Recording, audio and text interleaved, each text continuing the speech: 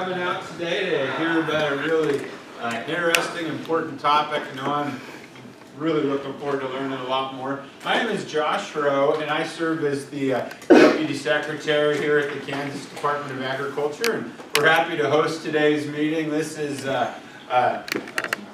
brought to you, it's by Donn Teske and the Kansas Farmers Union here. We're just happy to host here, but I guess it was like a month and a half ago or so, Donn called me and said he knew of a real-life farmer that grows hemp at large type production scales. I was really excited to meet him and learn more about this. So it's great there. So just welcome to KDA.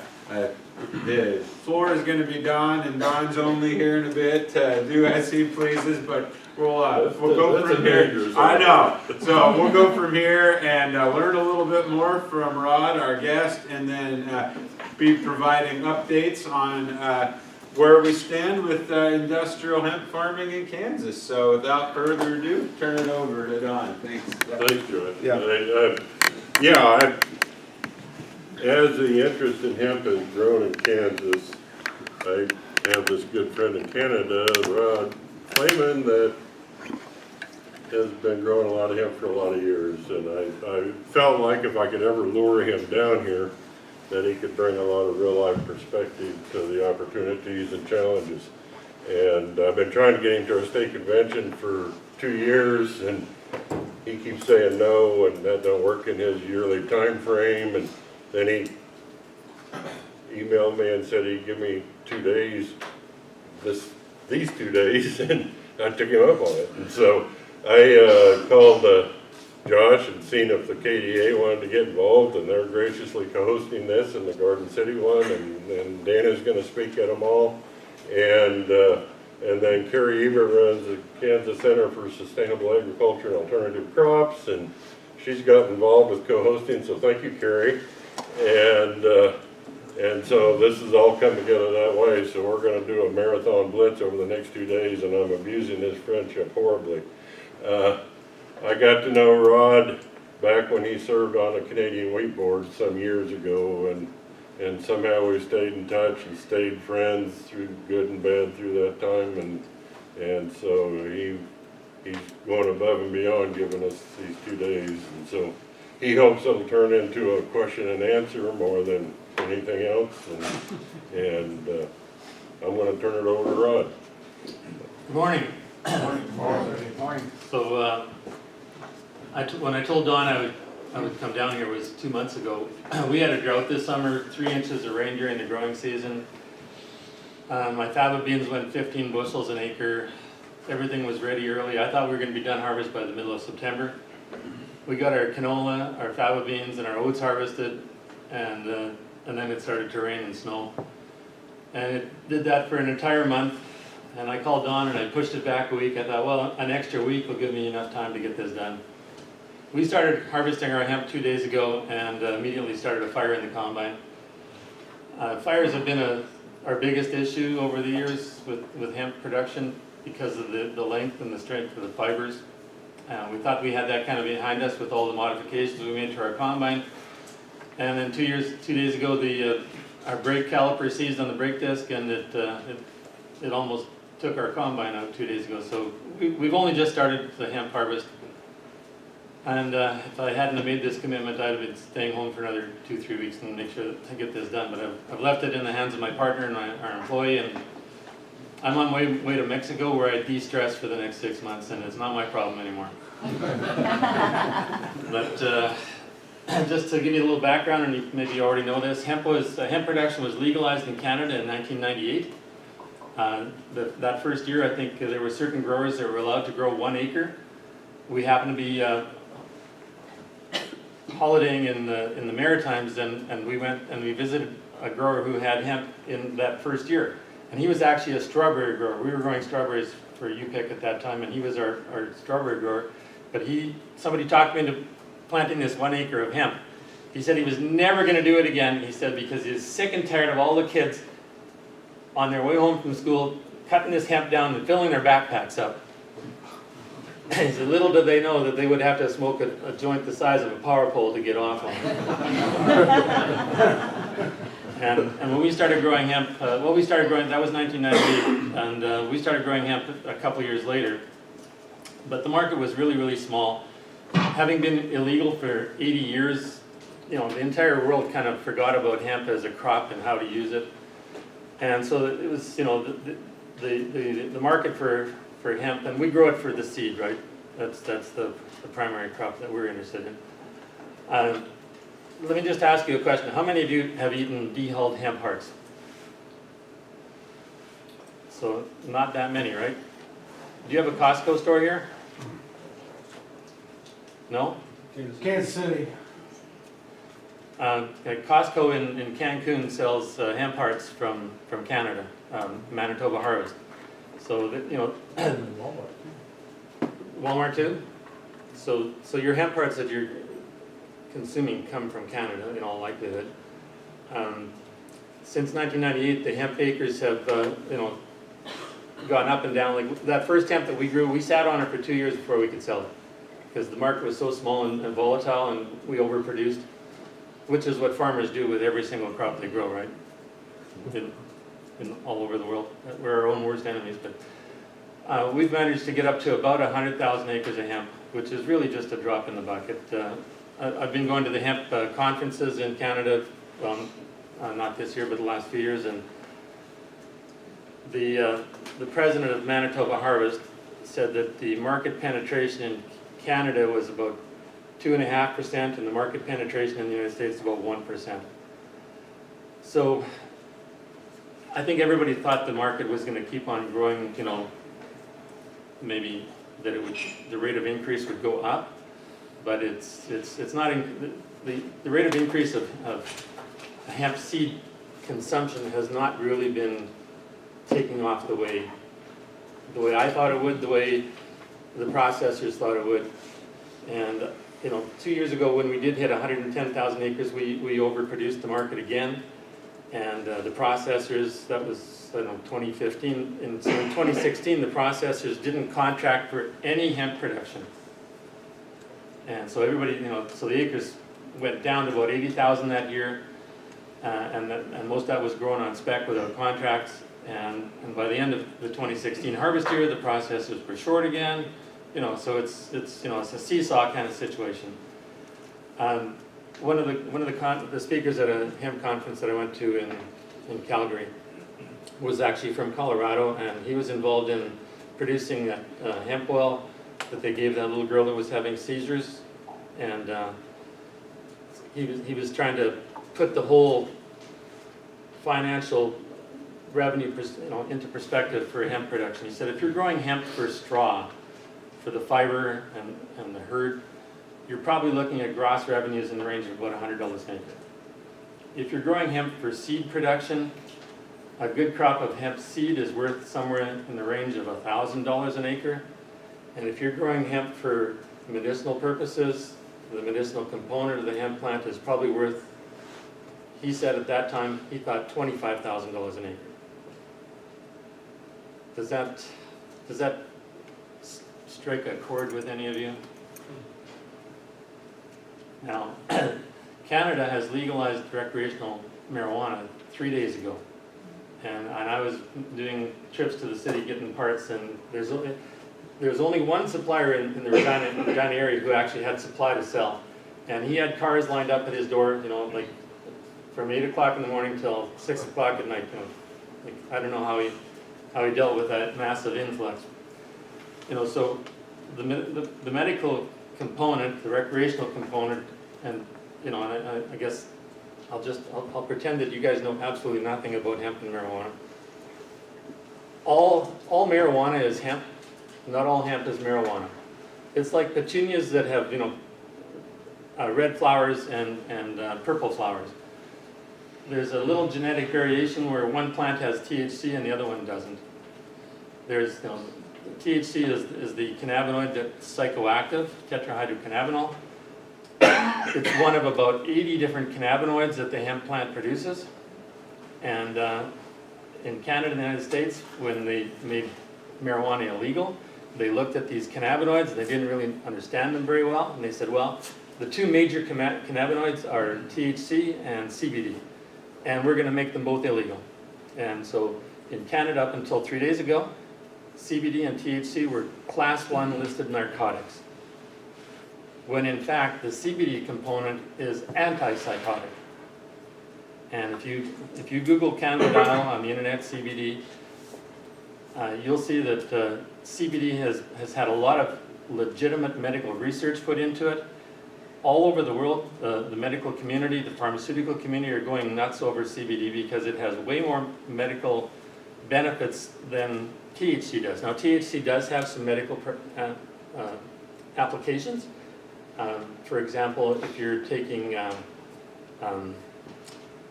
treatment for cancer and you're not eating and you're throwing up, THC is an appetite stimulant. It's an anti-emetic, and it's a pain suppressant.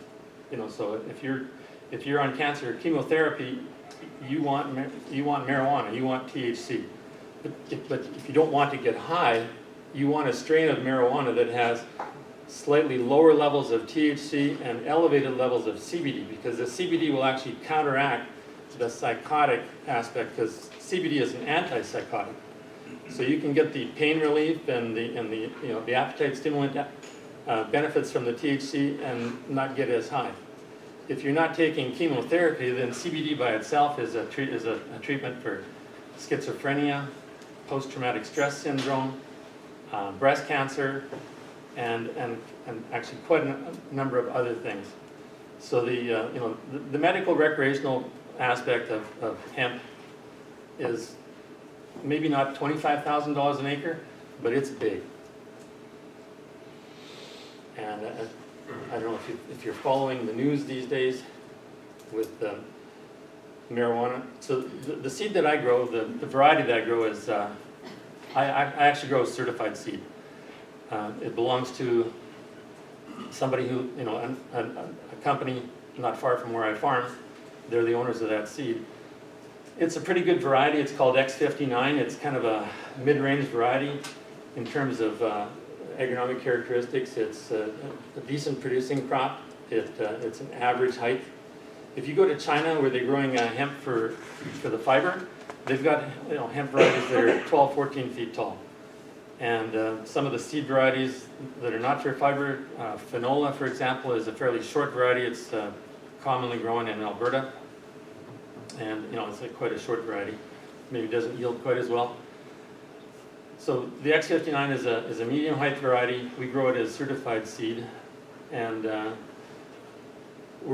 now we're getting $1 a pound for it. And commercial hemp in Canada up until this year was they were paying the same price for the last probably 10 years, 80 cents a pound to the processors. This year, the Chinese started importing hemp into Canada, hemp seed, and the United States, I assume, and they pushed the price down to 45 cents a pound. So commercial hemp seed prices have fallen in half. And if I was growing hemp seed for commercial purposes, I don't know if I would be interested today. We get yields varying anywhere from 500 to 1,200 pounds an acre. Some people get higher yields, some people get lower yields, but we tend to think of 800 pounds an acre as being a pretty decent crop. 2 years ago, our hemp net clean production was 1,200 pounds an acre at $1 a pound. So for us, that was fantastic. Now today, with 3 inches of rain, I don't know what our crop is going to yield this year. It might be in that 500 pound range, and if you were growing commercial at 45 cents a pound, your revenues are $250 an acre, and I don't think you're going to cover costs. And so it's like any other crop, I mean, there's good years and bad years. It's all over the map. And I've done a lot of thinking while I've been on the combine. What I'm going to come down here and tell you guys about growing hemp. I don't know if I want all of you to be my competitors in a market that's already oversupplied. So I wasn't sure if I should give you all my secrets or not. Yeah. But then I realized there's no such thing as any secrets in the world. especially with drones, you can send a drone up and you can watch everything I do, and I can't keep any secrets from anybody anyway. Any questions so far? My mouth is getting dry. Oh, this is not good. What's stopping you from growing the CBD plants? That's good. Okay, so I don't know what the legal status of CBD is today. I can only assume, and like I haven't had time to research it, that as of the 17th of October, when they decriminalized, or when they legalized, there's a difference between decriminalizing and legalized. So they've legalized recreational marijuana, so THC can no longer be a listed Class 1 narcotic in Canada. Pretty sure, and Health Canada, the government of Canada, every hemp grower in the country knew that CBD was in there incorrectly and was waiting for a resolution. So I would assume that they took both CBD and THC out of our criminal laws now. So now the question I have in my mind now is, what's the difference between CBD oil and lavender oil? You can go to Walmart and you can buy lavender oil off the shelf, probably, or any one of those things that they're selling as essential oils. So CBD oil is an essential oil, and being non-psychotic, it shouldn't be regulated at all. Now, there is a slight problem with hemp production, and that's the fact that it's visually indistinguishable from marijuana. And just like alcohol is legal, not everybody can go out and distill alcohol and sell it, because there's all kinds of regulations involved. It's going to be the same with recreational marijuana in Canada. It's legal, but there's a ton of regulations. What's stopping me from going out and growing a quarter section of marijuana?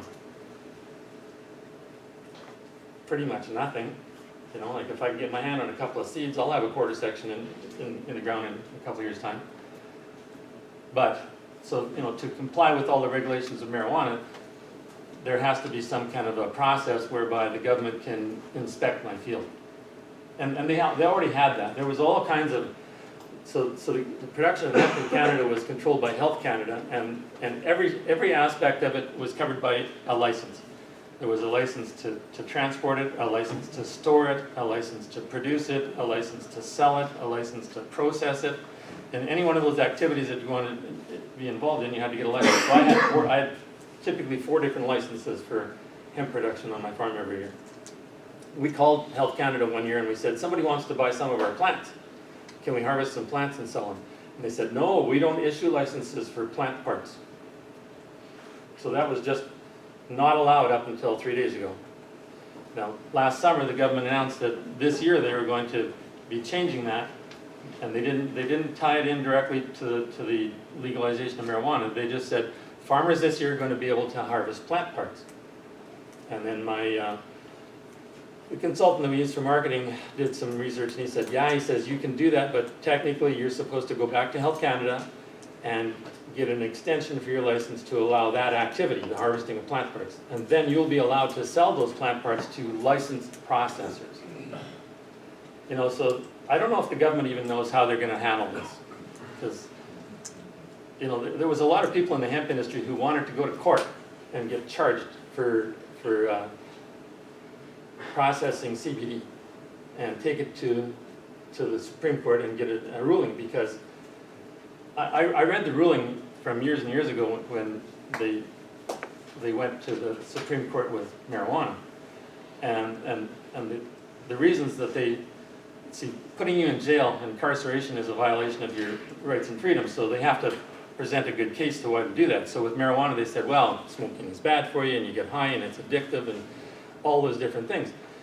If anybody had ever gone to the Supreme Court with CBD, they couldn't have made any of those arguments, because it's non-psychoactive, be like lavender oil. That didn't happen. So today, I don't know if anybody knows for sure exactly how the government is going to handle CBDs. I know, so back to the variety that I'm growing, and the hemp, I'm going to be scatterbrained and jump all over here. There's some really, really big companies involved in medical marijuana today, and they're popping up like mushrooms, and their share values are ballooning like astronomically. They're worth, the top, I read yesterday, I think the top 24 medical marijuana companies in Canada now have a book value of like $60 billion. the company, one of the biggest companies is called Canopy Growth, and right now they're interested in buying the rights, the seed rights to this variety of hemp that I grow. They've been in negotiation with the owner here for the last year, and they haven't inked a deal yet. But so Canopy Growth, depending on the day of the week and where the share values are trading, is either the first or the second largest medical marijuana company in Canada. They were worth on paper 6 months ago in April, they were worth about $2 billion. And Constellation Brands, who owns the marketing rights for Corona beer in the United States, bought 10% of the company in April for $200 million.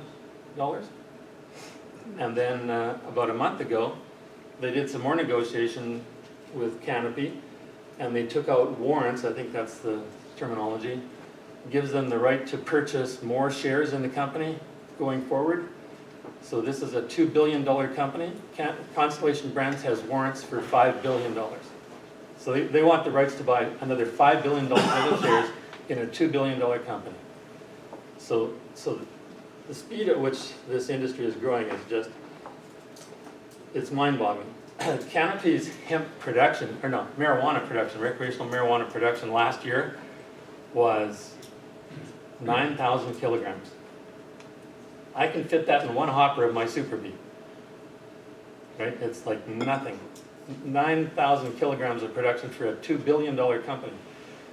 So the value of the industry today is almost entirely speculative.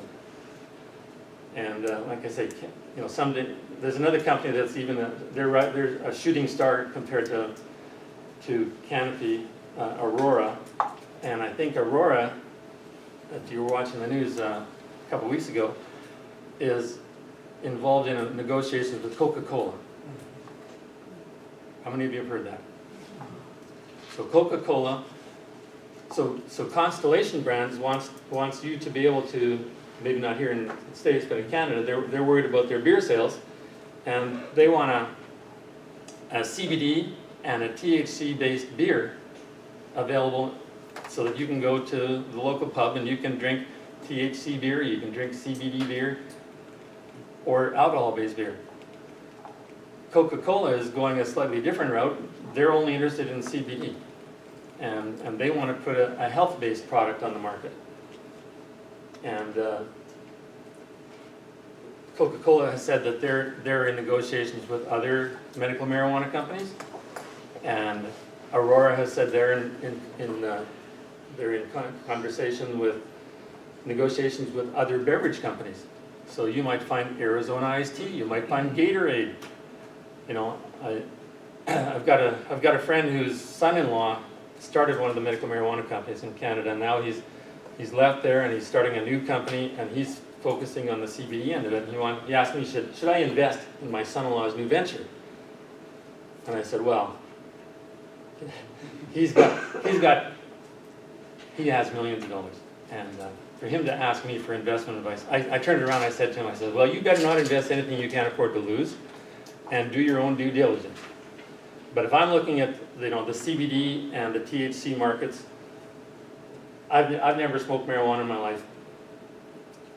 I was tempted to go into that shop and buy some the other day, you know, and take a photo of myself just so I could come down here and show you a picture of me buying legal marijuana. The first morning after legalization on the news, it's how to go about buying legal marijuana.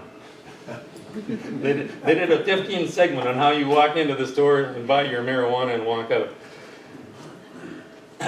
You're allowed 30 grams on your person in transportation.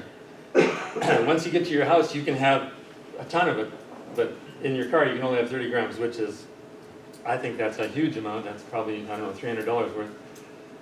You can grow 4 marijuana plants, but you can only buy 1 seed. And half the seeds you're going to buy are going to be males and not produce anything. So when I get back from Mexico in the spring, I might go into the local pub, and if there's a Corona beer there with THC in it, I might try it. I might enjoy it. I drink maybe a couple of dozen beer over the summer, you know, so going forward, maybe 6 or 12 of those beer would be THC-based beers. I don't know.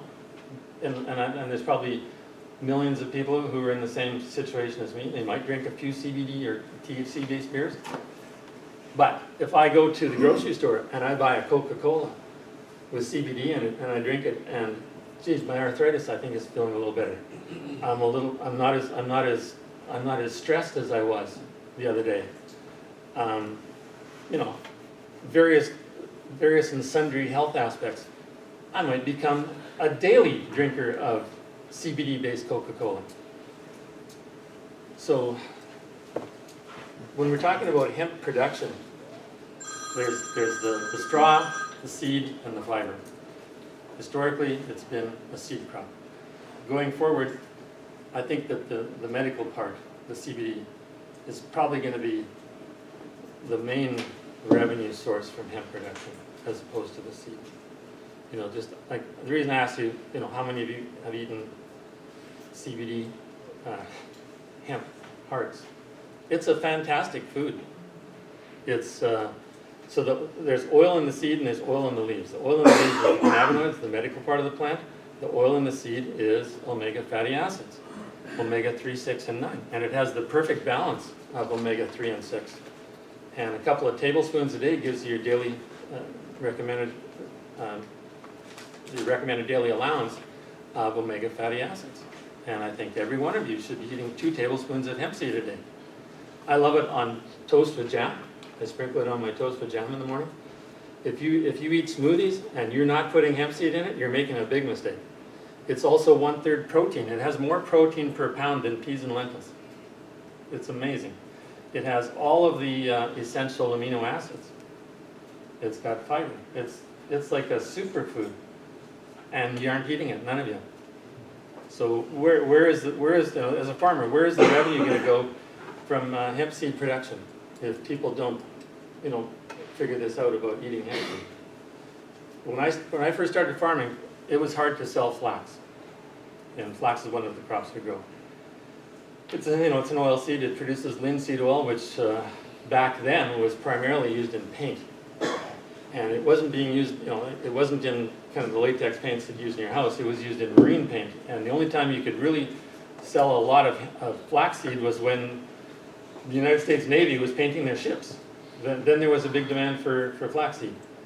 Then the flax industry did some research and found that the omega-3 content of flaxseed was something to brag about, and they did the research and put together the data that they could submit to Health Canada that allowed them to say that flax is a heart healthy food, and that became their advertising campaign. Now we grow a lot of flax, and it's not for painting ships. It's for human consumption, and it's become a very lucrative crop. It's for us, it's up there with canola. It's $10, $11 a bushel, very, very consistently. Guys that are growing flax are getting their yields up to 40 plus bushels an acre, so they're doing very, very well growing flax. Hemp could be the same way. If we, you know, maybe it's a chicken and the egg thing. Nobody knows about hemp. There's not enough hemp growers. There's no checkoff on seed sales to provide the funding for the research that needs to be done. Nobody's submitted a data set to Health Canada because, you know, hemp is way, way healthier than flax. And it tastes better too. It actually tastes really good. So, go ahead. Sorry, Nick Reiniger. Have you read the proposed regulations that the Department of Agriculture here in Kansas has made? No, perhaps you could enlighten me. Well, I guess, and I don't want to turn this into a whole legal talk about the current Schedule I status of cannabis in America and the apparent research pilot program that they're going to be doing, but in that there is FBI background checks and fingerprinting and inventorying of all your equipment and GPS, I think even GPS stuff like that. And so is there some advice that you could give these people here on some steps that we could take? Because I think, you know, we are light years behind, say, Canada and other countries in this area. And beyond descheduling cannabis completely from the Controlled Substances Act, what actions can we take to avoid, some of those things? Or are we just having to play the baby step rules right now as we go along? And my second part of my question is equipment and manufacturing, decorticators and things like that. Some of the stuff that we're going to need to actually put this into operation. Up until, well, I don't know what's going to happen next year. I think that's, we're still in a voyage of discovery ourselves, but this past year and for the 10 years prior that I've been growing hemp, I had to get criminal record checks every year. I had to give them GPS coordinates of all my fields, and it wasn't good enough to say, well, this is the quarters section, those are the four corners. No, they wanted to know where this little fence dips in here, and where the bush dips in here, and where this slough is. You have to give them all these GPS coordinates, and really, the bottom line of that was to give them the right to come out and do a random spot check. And the first couple of years that I was growing hemp, I was growing a different variety that, it was Finola actually, and Finola, the THC content was just under the 0.03% that's allowed. And so not only was I subject to random spot checks, I was subject to mandatory testing. I had to hire an independent inspector to come out and walk through my field and take random samples, and he had to submit them to a lab for THC testing. Now this X59 has got a very low THC content, and it's not subject to mandatory testing, and it's still subject to random spot checks. There was nothing that anybody could do. I mean, there was a lot of producers who did a lot of lobbying. I talked to a producer who started lobbying with the government back in 1994 for hemp production, and so he's been through the whole process. The government has the reins. There's nothing you can do about their regulatory process. You can lobby all you want, but as long as they have concerns about illegal, production of psychotic drugs, they're going to want to control the process. They're going to want to control the process even post legalization. So I think there's always going to be the red tape aspect. You just need to learn the system and get on board and just comply with whatever their requirements are, if you want to play this game. That's all there is to it. If your THC level would have gotten too high, would you have to destroy your crop? Theoretically, yes. I've never ever heard of it coming to that. Now, the practicality of it was that there's like 2 ladies in Ottawa who administer the entire hemp production program in Canada. They're swamped with paperwork. They never ever leave the office. They don't check anybody's fields. They don't check anybody's records. They're just shuffling paper. So it's kind of a paper game that they play. And there's a little dichotomy between the theoretical part of this game and the practical part of the game.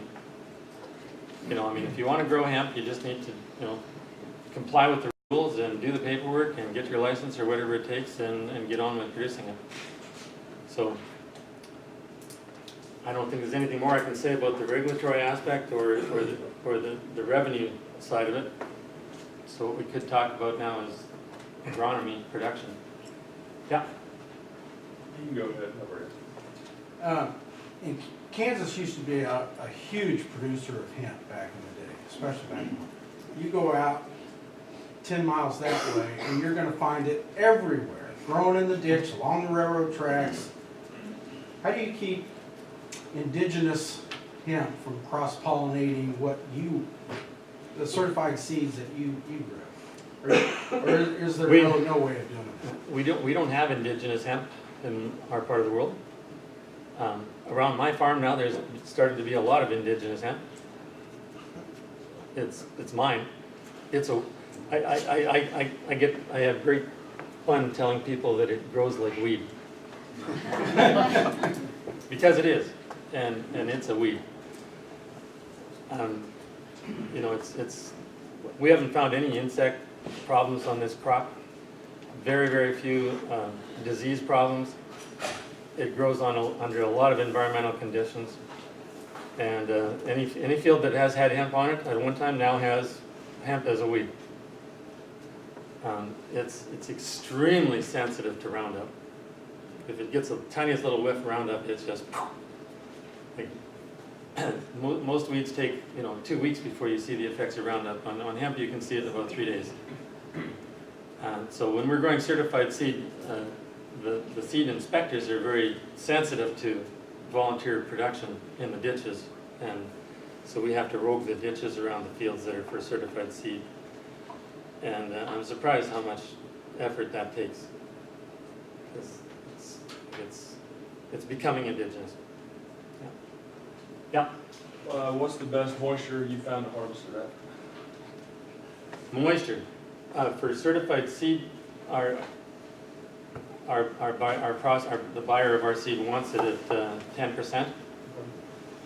He has typically found that when he puts it through his cleaner, if it's at 11%, it'll come down 1% in the cleaning. And I screened a sample the other day that was 13% moisture. When I screened it, the clean seed was 11.8. So there's at least 1% of moisture in the chaff. If you're harvesting for commercial purposes, there's people that are harvesting it at 20% moisture and drying it down. Being an oilseed, that's a dangerous situation. You don't have very much time to get that moisture out of there before she'll start heating in the bin. It's like any oilseed. But the reason they're doing that is because of the strength of the fibers. When the plant is green, you can take the stem and you can snap it, right? Once those fibers dry down, you can't snap that fiber anymore. That fiber is the strongest natural fiber in the world. It's stronger than Kevlar. You can make bulletproof vests out of it. And when you're harvesting a crop, we used to we'd put our reels all the way up. We use a draper header. We put the reels all the way up, and then you put the header down until the top of the reels are touching the top of the plants, and so you're cutting about 3 feet of crop. Now you've got these 3-foot fibers, and as soon as if you take that dry stalk and smash it on the corner of this desk, it fluffs out like a horse's tail. The fibers separate from the stem, and so now you got these fibers that are stronger than Kevlar, 3 feet long, and they're going through your combine and they're wrapping on anything that they can wrap around. So like if you got a 3-foot long fiber, it can wrap around a pretty big shaft. It won't wrap on your cylinder or your rotor, but it'll wrap on any other shaft that it can come in contact with. And once it starts wrapping, it's a little bit like Velcro. I've watched it, we had a case 2388, and it was wrapping on the accelerator at the top of the feeder house. And so we took the cover off, and I was watching it while somebody else was doing the combining, and it would, you could see maybe a little bit of buildup, and then a little bit more buildup, and then all of a sudden it got to kind of a critical point, and then it would just like wrap the whole feed accelerator, like in seconds. So it's kind of like Velcro, and it pulls more hemp fibers in, and then after it pulls those fibers in, it pulls them tighter and tighter and tighter, right? And then it builds up heat. It melts the grease out of your bearings. Then you have metal on metal, and the bearings start throwing sparks. And then your fan blows the sparks through the combine, and wherever there's chaff building up, you get smoldering fires throughout the combine. And that's kind of a deal breaker for me. When that happens, we're done for the day. We take it to the yard, we put the garden hose on it, we pump water in everywhere, soak the whole combine down, and then we wait overnight and hope we got it. And sometimes it's happened where the next morning you go out and you go like halfway down the field and there's smoke again. Like it's brutal. So I'll show you what I've done.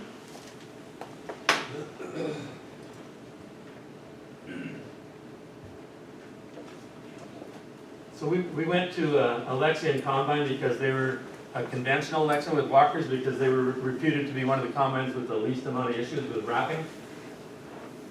What we did have was a little bit of wrapping problem on the ends of the cylinder shaft. So a couple of years ago we we would stop after every hopper, we'd take the inspection covers off, we'd go in there with those hooked carpet knives and cut the hemp off the end of the cylinder shaft. Those snap blade box cutters, when you're trying to cut hemp with a snap blade box cutter, you got like maybe a dozen or so swipes with that cutter and then it's dull. And then you get snap, you know. At least with that hook blade cutter, you can keep on hooking it and pulling on it, you know, even though it's gotten dull. And you know, one of my employees a couple of years ago, he was laying on his back, and he was actually the return the auger at the top of the return elevator had wrapped, and he was laying on his back and he was cutting it out. That was a horrible, horrible job. And he looked at me and he says, "If you grow this stuff next year," he says, "I'm not coming back." And I thought, you're not looking at it the way I look at it, you know? Yeah, you're having issues cutting the hemp out of the auger here. But I can't help thinking, every time we harvest a hopper full of hemp, that's $10,000. Let's spend 15 minutes cutting the hemp out and let's go do it again. But, so the first thing I did was I took those cylinder shafts and I got 2 steel pipes, an 8-inch diameter pipe and a 10-inch pipe, and I welded a 6-inch piece of 8-inch pipe on the end of the cylinder, and I welded a piece of 10-inch pipe on the wall of the combine, so that I had a labyrinth seal to keep the hemp from getting in between there. And that worked more or less. It worked pretty darn good. We, you know, at the end of the season, we got in there and we found a little bit of hemp that had gotten through and into the shaft there, but you know, it was negligible. And you know, it does. When it tumbles around there, it's the little pieces that don't really tend to wrap and build up heat like that. There's a question? Do you have any seed loss going through the combine? Like when you combine corn and beans, there's always some coming out and back. Oh yeah, yeah. But you know, like again, I guess it depends on the moisture. So when we're combining at a 10% moisture, it threshes out easy. Like the combine is just not working at all. It takes nothing to thresh this stuff out. You know, so seed losses are, you know, it's just however you got your sieves set.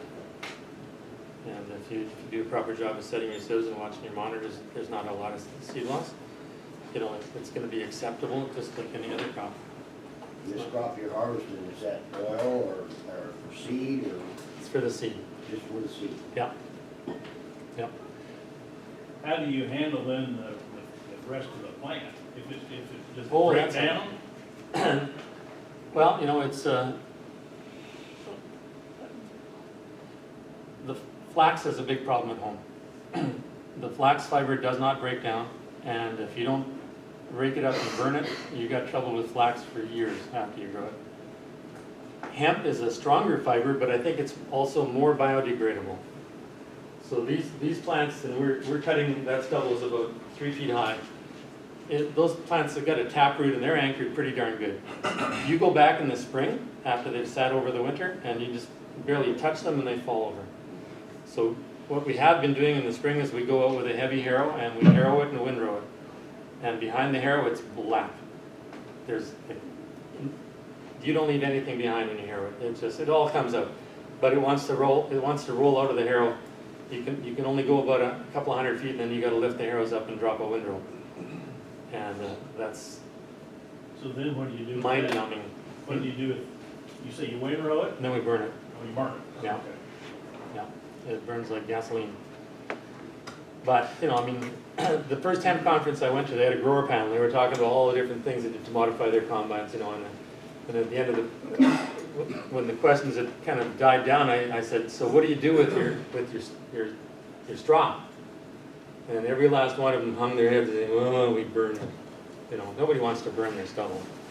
But, you know, it was kind of what else do you do?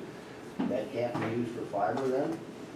Well, you know, so we were selling hemp seed at the farmer's market the last couple of years, and people would come up to me and say, well, what do you do with your straw? Do you know, does it get made into clothing?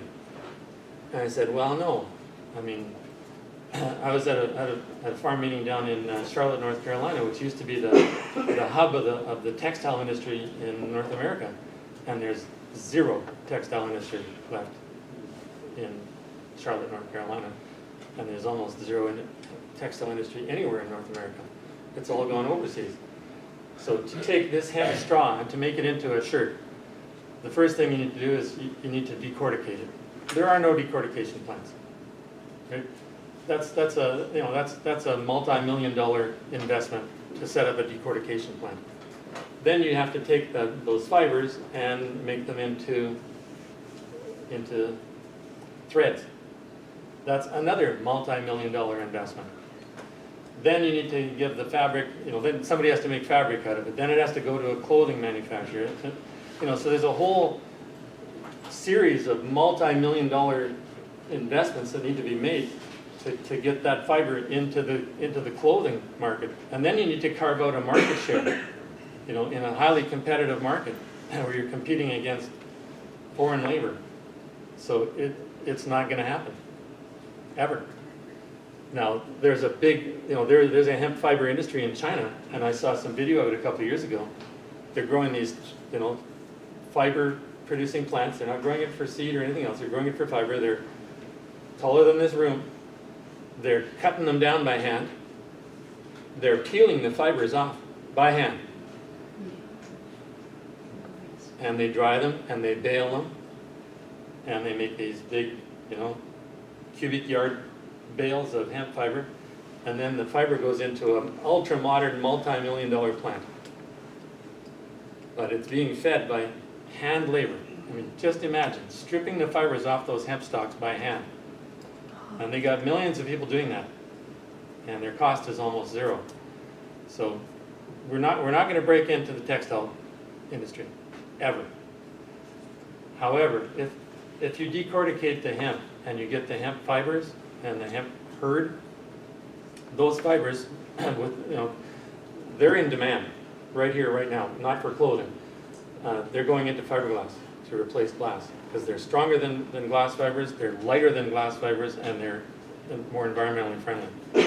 Automobile manufacturers would buy every pound of hemp fiber that you could give them today to replace the car panels that they're putting into cars, to replace the fiberglass. So there's a demand there, but there's a few steps that have to take place. So the guys that are buying, that want to buy the rights to my variety, they're a medical marijuana company, and he hasn't told me this, but I know for beyond any doubt, they're after the CBD. So he's contracted with some of his neighbors. The company gave. I met this guy about 4 or 5 years ago, before he was working for Canopy. They gave him $20 million this year to set up hemp production in his area. And when I suggested to him that if it was the CBD that we were looking to harvest, should we focus on growing the crop differently and harvesting differently for the CBD? And he told me, he says, no. He says, for this to be economic viable for the producer, you have to harvest the seed. That's where the value of the crop is. I believe he was lying to me. They're contracting with these growers, and it's really enticing what they're doing. They gave them $300 an acre to put the crop in, and then he didn't want to have them have these kind of issues with fires and harvesting, so he's harvesting their crop for them. And the conventional New Holland combines actually do a really, really good job of harvesting hemp unmodified. So he bought 4 brand new New Holland super conventional combines, and he contracted 2,000 acres of growers in his area, gave them $300 to plant the crop, and then he's giving them another $300 at harvest, and they don't have to do anything. He's going to harvest the chaff at the same time, and he's going to give them a little bonus for the chaff based on the seed yield. And I don't know what that number is, but so they're going to get a little bonus, but he's pulling the wool over their eyes and making them believe that they're after the seed when they're really after the CBDs. So I don't know where I was going with So that. do you separate out the seed and then just produce the CBD with the flowers that are left over? Or? If you're harvesting CBDs, you're after the chaff. And I asked him, when I was asking him about, growing hemp for CBD, I said, should we do it differently? He says, no.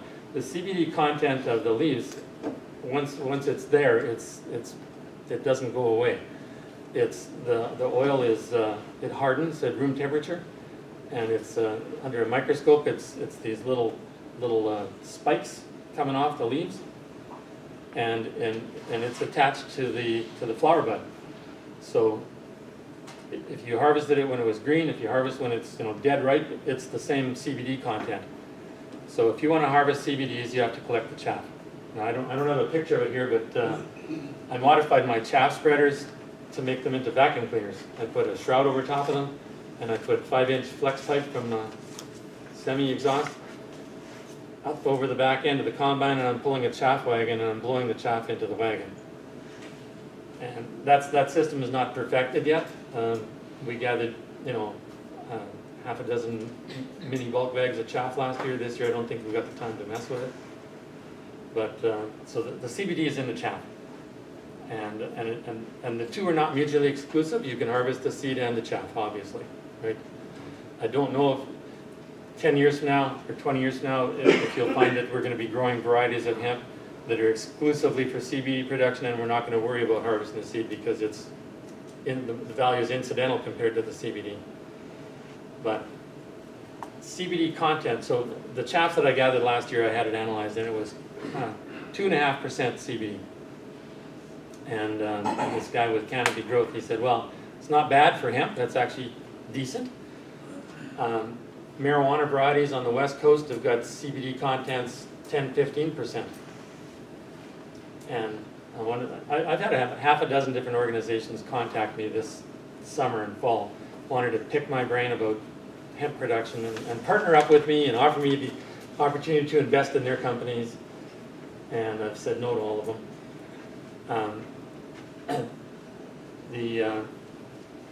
So the last one I had a discussion with, we were talking about CBD content, and he was mentioning these other varieties that have 10-15% CBD. The problem with those varieties, they're marijuana varieties, and their THC contents are higher than the CBD content. So they're never ever going to get licensed for hemp production in Canada, right?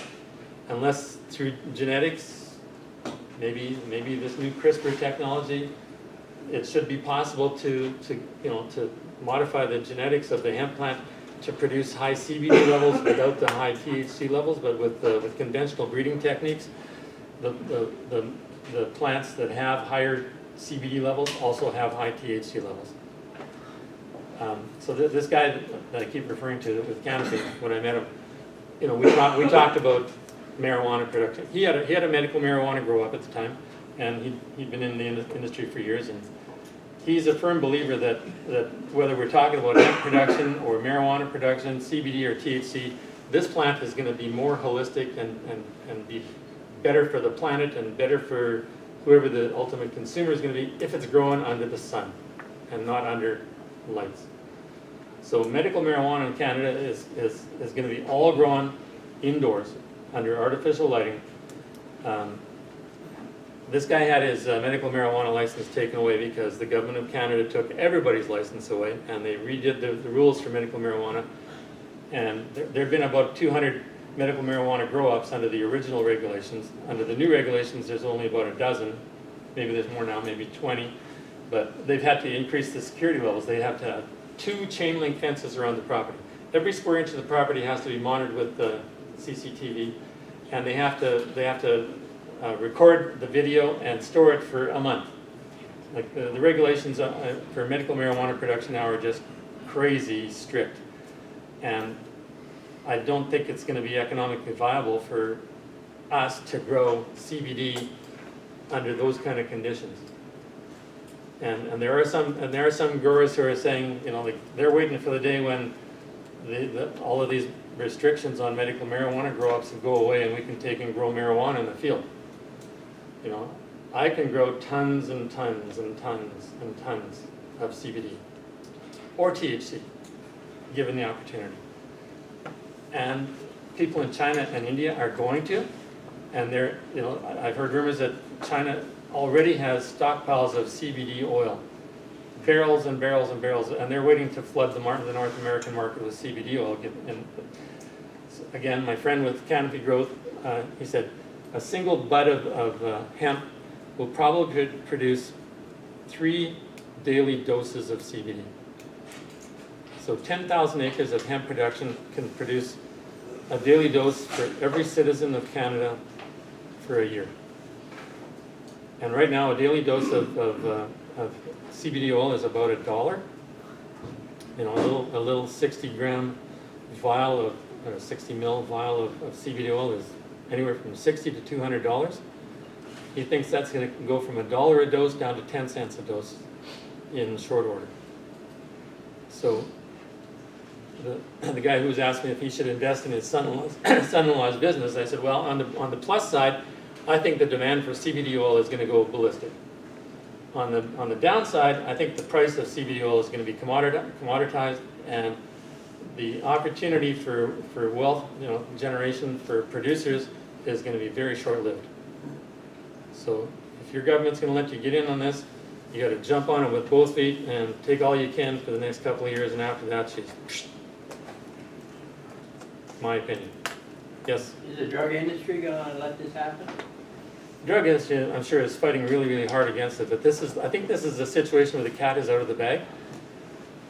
The drug industry has been trying to synthesize THC and CBD for years, and in their trials what they found is it doesn't perform the same as the naturally grown stuff, because they're synthesizing THC, and when you take medical marijuana, you're getting 80 different cannabinoids, and we know what the impacts on some of them are, but we don't know what all of them are.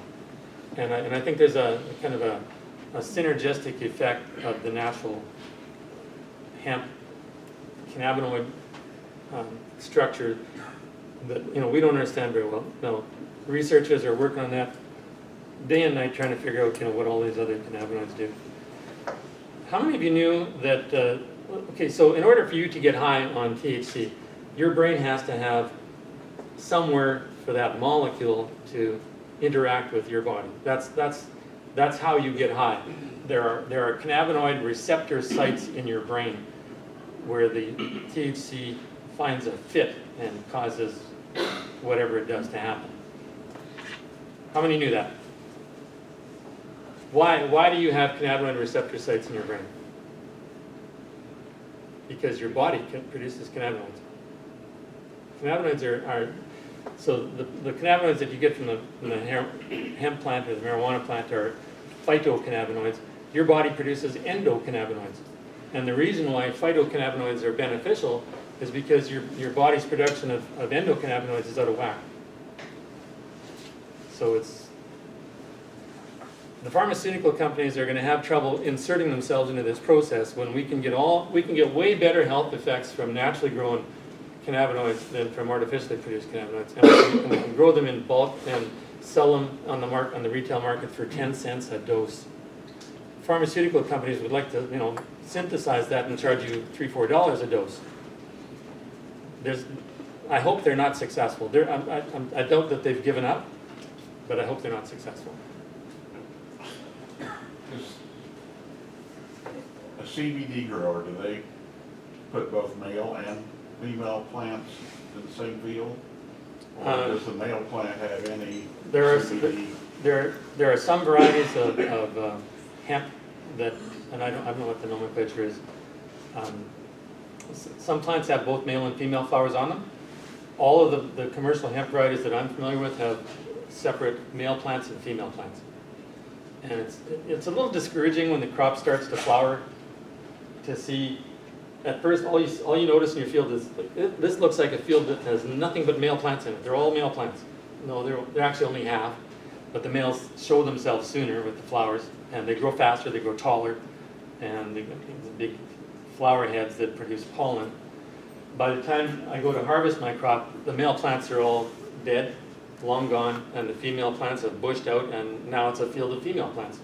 So it's always 50-50, which it makes it really funny that the government is saying you can grow four hemp plants or 4 marijuana plants, but you can only buy one seed. Well, that one seed's only a 50-50 shot at it being a female, which you need the female plants to produce the cannabinoids. why don't, the Coca-Cola and these big companies go to China and get that cheap stuff now? Oh, I'm sure they will. Can we go over the internet and do it? Hmm? Can we go over the internet and do it? Probably. Depends on the regulatory structure, right? Now, we've legalized recreational marijuana in Canada. But you look at the regulations that they've put in place around it and how they've restricted it to people who are licensed and who are extremely well capitalized. What they've really done is they've provided a vehicle for really, really rich people to get really, really, really, really rich. So along those lines, I've seen guys have a hard time finding financing if they don't have personal financing to invest in this. They don't have the capital to go out and do it themselves, or banks, other financial institutions willing to lend money. I had a guy call me up the other day, and he happens to be First Nation. And he said that, you know, him and some other First Nation people are getting together, and I don't know if they think that they have some kind of special consideration with the government to go about getting involved in this business. And he says, you know, we've got a couple $1 million already. You know, money's no object. And I'm like, well, let me tell you this. You're going to have the same problem that everybody else who's been phoning me for the last 6 months. They're all going to have the same problem. How are you going to source your supply of hemp chaff? Because the growers don't know how to do it yet, right? Nobody's doing it. You know, so you've got this huge, huge burgeoning industry, and nobody knows how to source the hemp chaff. So everybody's trying to attach themselves to a hemp grower, right? So that's your first challenge. Then you need to start extracting the oil from that chaff. You can buy a little tabletop unit, a liquid carbon dioxide extractor unit for $100,000 used. If you're going to get into a commercial scale extractor, you're talking $1 million starting, and maybe millions of dollars. And now you need a facility to house that in. So you're talking, you know, many, many millions of dollars to get that facility established for processing the hemp oil. And so this guy said, you know, your $2 million, that's gonna be gone in an instant when you start getting serious about getting into this business. And you look at people like Canopy who've got Constellation brands willing to throw $5 billion at them on spec today. You know, there's people who are light years ahead of you in this process and have been working on it since the 90s.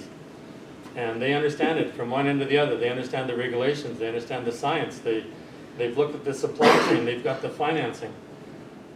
There's tons of money available out there. I mean, these share values of these companies, like in Canada alone today, there's companies are worth, what was the number, $60 billion. There's no end of money available for the right vehicle. But right now it's entirely speculative, and it's very, very risky. And you know, I mean, are we here as growers, or are we here as processors, or are we here as investors? Are we here as speculators? You know, my experience is only as a grower. Everything else I talk about is, you might as well consider it hearsay. You can Google it on the internet. Last meeting when the gentleman from Colorado was here, he talked about need for irrigation. There's also no on-label herbicide in the U.S., so Palmer Amaranth was just taking over. Do you have any problems like that up there? Well, the crop is very non-competitive when it first starts to grow. Like the first 6 inches, it's very, very non-competitive. I was organic for a short period of time, and I had an organic hemp crop, and I lost it to wild oats. It just does not compete. Canada has recently registered a few herbicides. I don't know the generics. The brand name in Canada is Edge. Bromoxynil is registered, and I've used bromoxynil. The first time I used bromoxynil, I called a grower who had experience, and I said, "Can I spray bromoxynil on my hemp crop?" He said, "Well, you can," he says, "but the hemp doesn't like it." And that's kind of an understatement. You spray it at half rate, and what we're mainly going after is volunteer canola. Half rate of bromoxynil doesn't do a really great job on canola, and a half rate of bromoxynil is enough to burn your hemp crop. You don't want to look at it for a week after you do it. It won't kill it. It grows through it quite well. So, there's a limited number of herbicides. So we like to grow our hemp on really clean fields because it doesn't have, the ability to compete when it's small. After it gets to be 6 inches tall, I used to tell people it grows about an inch a day. But I wasn't sure if I was bullshitting or not, so I put a yardstick out in the field last year and I went and measured it every day. It grows 3 inches a day. 2 feet a week. There is nothing that competes with hemp once it's off and running. So, there aren't many herbicides available. We do spray a grassy weed herbicide generally. And I'm not sure from a regulatory perspective what's permissible, but we do it anyway. And I just don't want to lose another crop to wild oats. But it's extremely, it grows like weed. I heard it's best to follow alfalfa. We don't grow alfalfa. I like to put it on oat stubble. Like right now, we're growing 4 crops today. Next year, we're only going to grow 3. We're growing gluten-free oats, so I don't grow wheat or barley anymore. I haven't since 2014. So right now, our crops are hemp, canola, oats, and fava beans. And we've had 2 wrecks on fava beans 2 years in a row with the drought, and we're not going to grow fava beans next year, so we're going to grow 1/3 oats, 1/3 hemp, and 1/3 canola. We don't want to put our hemp on canola stubble because the little canola volunteers are hard to kill and they're very competitive. So we're going to put our hemp on oats. And that's going to be our rotation. Oats, hemp, canola. There's a million rotations out there. Yep. Input costs from pounds of seeds per acre through fertilization? We don't, our input costs aren't like what they would be for corn down here, but probably very similar to soybeans. We don't grow soybeans, so for us, it's kind of like growing canola. It needs 100 plus pounds per acre of nitrogen, and for us, like 120 is kind of right up there. Like we don't go much over 120, and that's, if you went back a decade, 50 pounds of N would have been lots for a canola or a wheat crop. So we're 100, 120 pounds of nitrogen for canola, and hemp takes more nitrogen than canola. And planting rate? The planting rate, we're sitting 35 pounds an acre, and that's not very scientific. You should look at the TKW and plant populations and kind of go at it from that perspective. But 35 pounds, we're paying $2.25 a pound for certified seed. That's the retail price in Canada. So it's, the seed is expensive, the fertilizer is expensive, herbicides are very cheap because we don't use any. And disease and insects hasn't been a problem.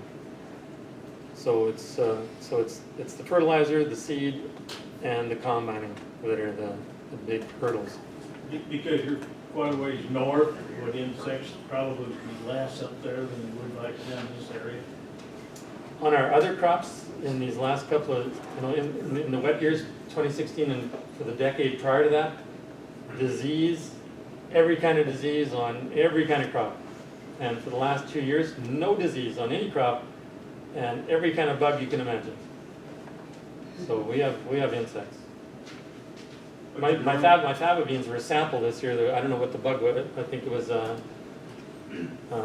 know it drills into the seed and makes little brown specks. It's the tarnished plant bug. Who knew? That was kind of a first. Fava beans are just kind of taking off now. What's your growing season up there? We plant early May and we harvest in September, October. Now, the hemp is always there. I was looking at some of my videos here. Back in 2016, I got a video. November the 4th was the starting date for harvesting our hemp. We've harvested hemp in October, November, December, January, February. I was trying to set a record for harvesting hemp for every month of the year. I didn't quite make it. It won't shatter? It does. You know, like the owner of this variety goes out to trade shows and tries to tell people this is a shatter-resistant variety. It's not. It's maybe more shatter-resistant than some other varieties, but last year we were doing this modification to the combine with that white thing on the front, and while we were dicking around with that, a gale force wind came along and knocked out half of our hemp crop. We lost $150,000 of hemp in one day. And I had a quarter section, you know, I 2 years ago, I had 400 acres.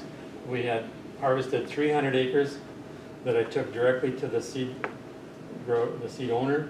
He cleaned it, and it was producing net clean 1,200 pounds an acre. And then the air cleaner on my combine lit on fire. Have you ever heard of an air cleaner lighting on fire? It happened. I just happened to be outside the combine, just checking the axles for wrapping, and the combine stalled. And I'm like, what the heck? Checked the fuel gauge, hadn't run out of fuel, checked the temperature, it wasn't hot. Started it up again, ran for about 20 seconds, shut down. I'm like, oh, maybe there's a restriction in the air cleaner. Opened up the air cleaner, it's like a barbecue inside there. It's glowing embers.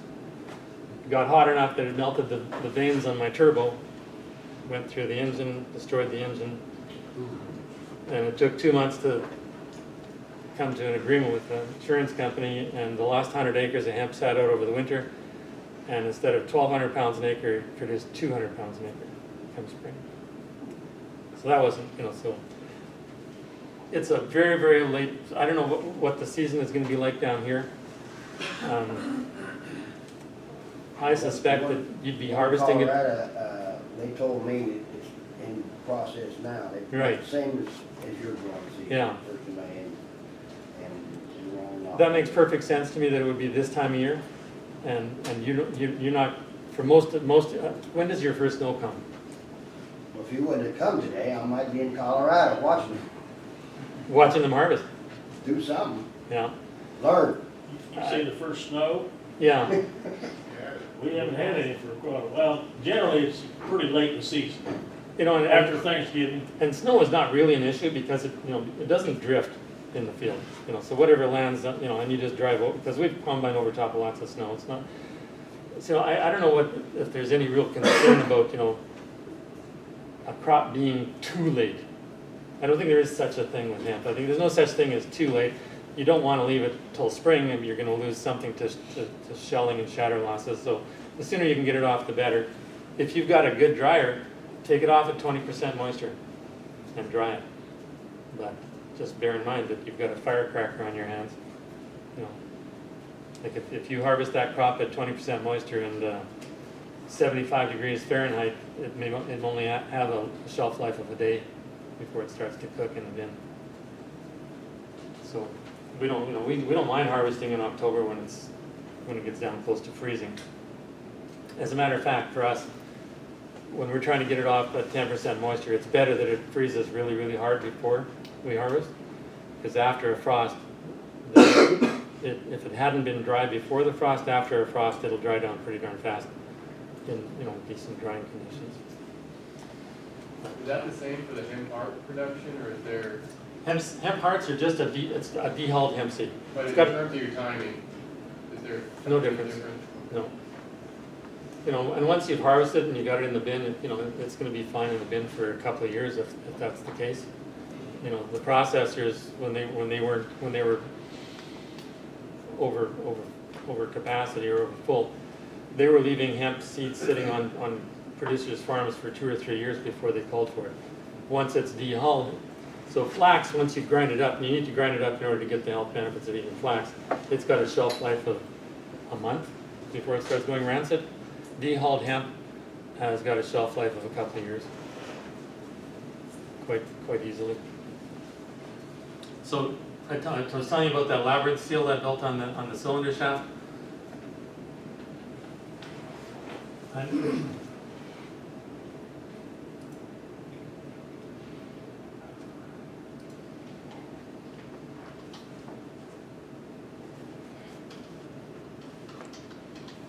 while he's looking that up, I might make the comment that when our general insurance manager read of these hemp meetings that we were hosting, he emailed me and said he got to checking it out with all the carriers that we service.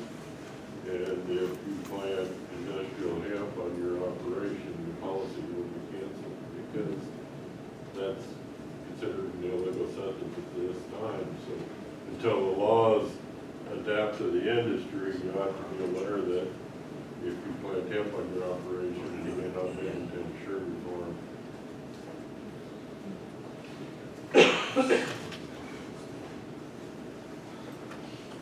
I started looking at sunflower headers.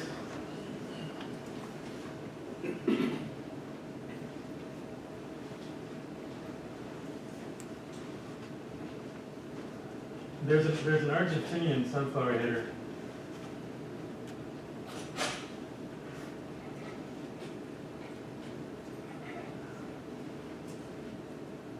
Does anybody know the name of an Argentinian header manufacturer? They make corn heads, sunflower heads.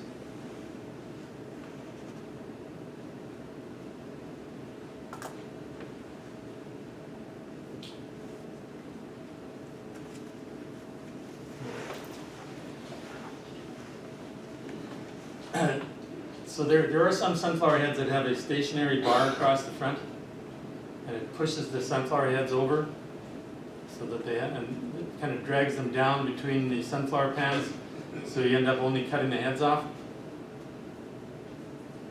So I looked at that concept, and I thought, you know, that would work good on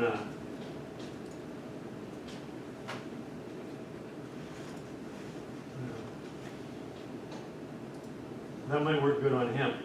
And so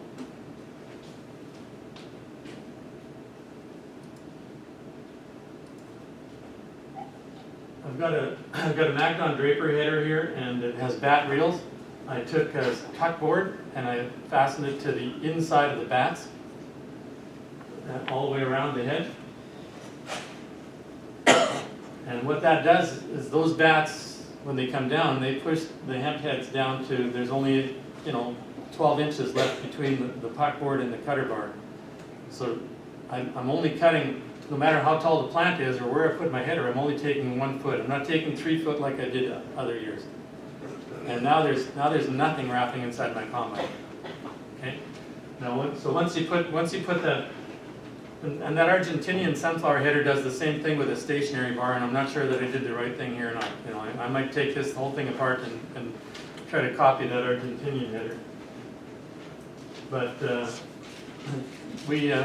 I had my knee replaced last year on October the 4th, and I was laid up in the house when they were harvesting hemp, and we're leaving now a much taller stubble than we did before. And he said it was wrapping on one of the drive shaft for the return elevator. So we need to put some more puckboard underneath the combine. And I said, well, what about the inside of the combine? He took a picture of the inside of the combine. It was clean as a whistle. Like it's like we were combining wheat. There was nothing wrapping around there at all. So the puckboard does what it's supposed to. It shortens the height of the crop going through the combine. So you could combine hemp with any combine in the world now, with a modification like this. Would a stripper header work? No, a friend of mine tried that. The first day he tried it, he said it was working great, and I'm like, oh darn, I didn't have to do all this. I could have just bought a stripper header. And then 2 days later he says, nope, didn't work. He wrapped. Can you imagine wrapping a stripper header with hemp? It'd take you a year to get it clean. Anyway, so the sunflower pans, there's, you probably see on the video here, there's sunflower pans. All the sunflower pans, when you push the hemp down like that before you cut it, there's a chance of it falling on the ground. So the pans are just to catch what falls off, right? And then I found these. I was going to put bristle brushes across the whole length of the header, but it was cost prohibitive. I found these this industrial brooms that they use for cleaning railroad crossings. They call them railroad brooms. And I bought 45 of them and mounted one for every pan. So that's those brushes you see whipping around. What about vital guard? Pardon me? Vital guard. Again, somebody tried that, and it didn't work that good. it's, you know, this is a steep learning curve and a whole new ballgame. You can, you know, try anything you want. What kind of planter do you use? I've got a Conservapack, a John Deere 1870, and we love it. I was going to show you a video of my planting. You know, we plant it, and we don't change the depth from at all. I mean, we leave it the same for oats and hemp and canola. So we're planting about 1 inch deep, and it comes up beautiful in an undisturbed seed bed, direct seeded. It comes up beautiful. We're gonna need to give some time to Dana here too. I'm done. This is really cool, but we also got another meeting in Salina in a couple hours. So, Thanks for listening. Thank you.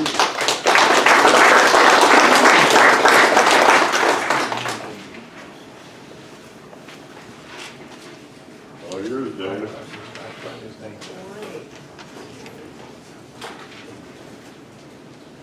Well, mine's the boring stuff. I'm Dana Ladner with the Kansas Department of Agriculture, and I am the Compliance Education Coordinator. And I have seen a few of you the last few months. In May, we had our first meeting here, and we had about 170 show up in that one day when we had 3 different sessions. We also saw a couple of you. The Department of Agronomy had a special session last Tuesday, and K-State Research and Extension had a meeting at their annual conference. So there's a lot going on right now with industrial hemp, and so thank you for spending your morning here. And like I say, I'm going to go over some of the regulations and where we are right now. First up, I'd like to let you know who is on the State Advisory Board, and they have put in a lot of time and effort to make sure that we're doing the best we can for Kansans. And in addition to this list, Scott Marsh for the Plant Protection Program has been very instrumental, as well as Kelly Wentz and Stephanie Murray of our legal division. And so the Department of Ag has been really busy since this was put in motion in April. And a lot of you know how we've gotten to where we are right now. This is just a quick timeline from when we got started and so to where we are today. So we're really excited about it. And how many of you been on to the Department of Agriculture's website and looked at the rules and regulations that are out there? All right, for those of you that have pen and paper handy, agriculture.ks.gov/industrial hemp. Anything and everything that we have on industrial hemp is available to you. We're being as transparent as possible with it. The draft rules and regulations are up. The presentations from May are there. The presentation from the Ag Growth Summit is there. Our guest speakers from Kentucky and Colorado, their information is there. And from that May meeting, we found it very important that voices of our stakeholders were heard, and we had a stenographer come, and the entire transcript from those 3 meetings are also available on the website. So for those of you that have looked through the rules and regulations, they're just broken down, fairly simple, big picture. We start with the definitions, and then we get into the meat of what the rules and regulations will be. And the first thing is through the Kansas program as it was set up, it has to be done with certified seed. So you may be going, okay, we are here in the state of Kansas and we're getting ready for our first planting season. How am I going to get certified seed if we don't have certified seed in Kansas? That will be up to you as a producer to make sure that you do your research on the varieties and what will grow best in your area of the state. And go ahead and look at that. And then once you get your license, please do not do anything until you have a license. Then you can reach out to other states that may have certified seed and then start with that transaction. But you have to get certified seed from another state that has an approved and legal industrial hemp program. So there's going to be some background and homework for you to do as producers for our program. And it kind of goes through that the secretary will have the advisory board, which I just listed those members, up to you. And with that certified seed, when you're getting it, make sure you keep your paper trail. That's the most important thing. All your bill of ladings, all those communications, because knowing where you got your certified seed from and who you got it from will be very important when you have your application with that. And so the department will oversee all the individuals, whether you are a grower, a distributor, or a processor. It continues on, which we had a little bit of conversation here earlier about what will be required. Anybody involved with the industrial hemp process and the licensing will need to be fingerprinted and will need to submit for a national criminal history background check annually. And this you cannot do until a minimum of 30 days prior to when you submit your application license. So don't get in a hurry now and run down and get fingerprinted and ask for a background check because you're too soon. Because things can change in everybody's lives, and the way that it's written, it will need to be 30 days when you submit your application for your license with that. And Senate Bill 263 outlines the meat of the program, and so if you're not familiar with Senate Bill 263, the Alternative Research Crop Act, that's, like I say, where we were tasked for writing the regulations for that. And the other thing is, this is for the state of Kansas, so as you're being a grower, a processor, or a distributor, you are within the state boundaries of the state of Kansas. You cannot cross state lines with that, with your industrial hemp at the way it is right now, because it's only legal at the state level. There's a fee fund that's been set up, and there are some fees that are required as part of the licensure with that, and those are taken care of at the department level with the secretary. So what all has been said in there, and what have you read on the research? It is a research bill, and there will be a research proposal that will be due with your application, no matter if you're a grower, a processor, or a distributor. So you need to be thinking about now why you're planting your crop. What are you looking at? If you want to be a distributor, if you want to be a processor, what are you looking for, and what do you hope to research? And that is strictly from the bill, and it lists some of the different opportunities to do research, whether you're going on an agronomic point of view with it, if you're looking at value-added products, different water uses across the state. There are a number of things that you as a grower can look at as far as a research proposal. And after I get back from Garden City Tuesday night, so Wednesday, we'll post this PowerPoint to our website if you have any questions, but I didn't want to post it ahead of time in case I made some modifications along the way. So this will be available on the website to help you through that. And the biggest thing is, once Senate Bill 263 was approved, what goes into developing regulations? And those on the advisory board have found out it takes a lot to get through the process. And right now, where we're at, the red check marks have gotten us through. So we've got all kinds of great things going, and right now we're following the regulatory process. And here's where we're at in the regulatory process. The rules and regulations have been submitted by our legal department along with the economic impact statement to the Division of Budget. They have looked at it and have approved it. From there, it's been submitted to the Department of Administration. After that, it had been submitted along with the economic impact statement to the Attorney General. The Attorney General's office had some questions for us and asked for some clarifications and a few rewrites. So from then, it went back to the Division of Budget. It has gone back to the Department of Administration and is now at the Attorney General's office. So that's where we're at. And once we get through that, then we can go to the next part, which you will be provided notice of a public hearing once it's been approved by the Secretary of State's office. And this goes through where we're at. We have been tasked to have all of this done by the end of the year, and we're fast tracking.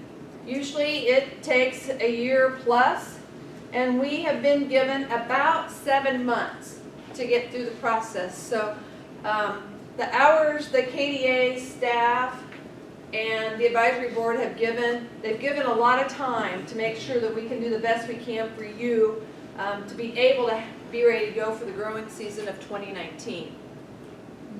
All right, we've talked about grower, distributor, and processor. And I'm going to have this handout available at the front desk, well, at the check-in table when you get ready to go. So I think it does a really good job of letting you know what you can do as a grower, as a distributor, and as a processor. It helps a lot more visually to find that out versus kind of reading through everything and trying to decide, can I do this, can I not do this? And so like I say, we'll have these available at the front when you're getting ready to leave. So you can take that with you just to kind of help yourself think through all that. And another thing, we'll also have this available. It just talks about the relationships and how once you get that imported seed in, what you can do, who can have it, where you're at with that. Like I say, again, these are just two pieces that really help visualize that whole regulatory process and where we're at. The regulations, we started out, as I said, May 11th public hearing. The advisory board has met 5 times, and we've really worked through a lot, from the approval process to the requirements for the licensees, the fee schedules, all the inspection information, sample collection, and reports. So as Rod had said, there's a lot of paperwork that goes with this and a lot of responsibility on licensees to make sure that they know what they're responsible for and follow those processes with it. I think our team has done a really nice job of laying that out and timelines with that, and so like I said, once you get going as a licensee, I think you'll be able to follow those processes fairly easily. To be able to submit for the license process, that draft is not up yet. We're waiting until we know from the last step, the Attorney General's office, if we have to change anything else. But we will need to know all individuals participating. And that is anybody that may be with you in the growing field. If you work with a crop consultant, your crop consultant will want to be listed on there, research and extension agent. Just think of anybody that you interact with now with your crops and who might be in there. They would need to be listed on your license. A Kansas resident is required as primary licensee for the grower and for the distributor. So make sure that, Kansas resident is your lead licensees on there. We will need maps with GPS coordinates to find out where your fields are. And that's so our inspectors can do their job the best that they can do. So that way we can go in when it's time for a pre-harvest inspection and easily find where you have your crop. And then there will be a number of restrictions. And I know sometimes it's really easy to flip through and check the boxes and go from there, but it's really important for everyone to read those acknowledgments to make sure that you know what you've checked off with to be part of this licensee program. And then Carrie Ebert was kind enough to let us know a great resource out there that's a technical bulletin on how to conduct on-farm research. And this is also available on the website. And this will help you kind of get through and work through the process with that. There will be application fees to submit, and once your license been approved by the advisory board, then you will be either conditionally denied or approved. Well, you will be denied or conditionally approved. With that, once you get that approval from us, you have 15 days to submit your fees.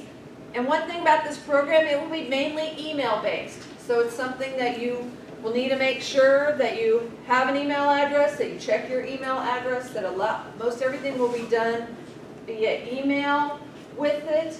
And for the growing season of 2019, March 1 is the deadline. And that's a hard deadline. So that means you need to have everything into us no later than March 1st, and for other growing seasons, starting with 2020, that deadline will be November 30th. There's a copy of that technical bulletin, and it can be found at sare.org. And again, it's a really great resource to help you get started.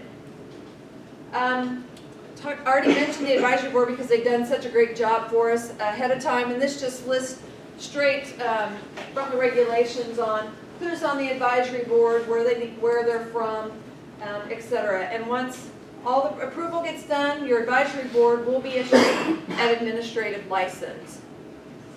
They will have terms with that, so we have the rotation going, and they will advise the secretary on the research projects and rules and regs changes as they come about.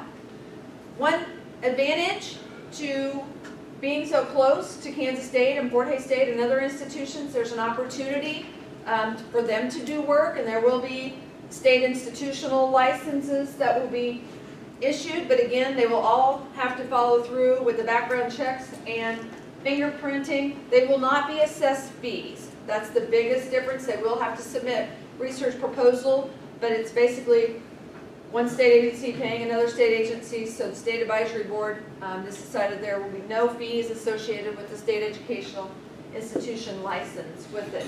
Administrative licenses will be issued to KDA employees, members of the advisory board with that, so we're able to do our regulatory duties to serve the program the best that we can. Fees, they have been public for quite a while with that and have been out there, and so for an application fee is a $200 non-refundable fee. To be a grower, there's a $1,000 license fee once you've been approved, $2,000 for a distributor. And when you get down to the processor, it depends on what you want to process. If you are a fiber or dairying processor, it's a $3,000 licensing fee, and if it's for the floral material, that is $6,000. Because if you've heard, there's a lot of money on the piece where you have the floral with that. With that fee, you will have an inspector come out pre-harvest and take a sample of your crop and make sure that it comes back to our lab and it's analyzed to make sure it's below that 0.3 THC level. And if by chance it does come back hot, you as a licensee will have the opportunity to request another sample with that, and that will be at your expense.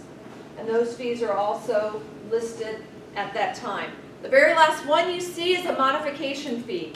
We're hoping that everybody that submits for a license really thinks out the whole process of where you're going to have your plots at, who's going to be involved with your research proposal and following through on the growing, distribution, or processing with that, where your end product will be, because there will be a $750 requested change fee for any modification. So it really helps to think now, ahead of time, where you're going and what you're doing with things.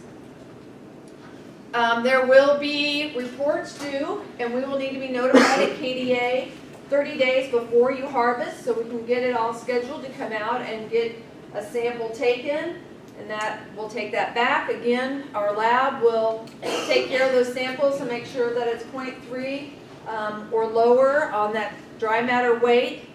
If it comes back higher, we do not have to report that to KBI, but if that THC level is higher than 2.0, we shall report it to KBI. So those are some of those little things that are written within, and those are things that are in those acknowledgments that we make sure that you understand where we're at. Again, once you have harvested, and we need to make sure we have 10 days to get those post-harvest analysis done, and make sure that we have all of your information on that, which includes, like I say, sample data. We need to know what type of certified seed you had, etc. So that helps us track THC levels according to variety as well. So if something all of a sudden everybody comes up hot in the state of Kansas on one variety, then we know that's not a good variety for our state. And so we need to do some changes there. A harvest certificate. So we make sure that once you're harvested, we get you that harvest certificate.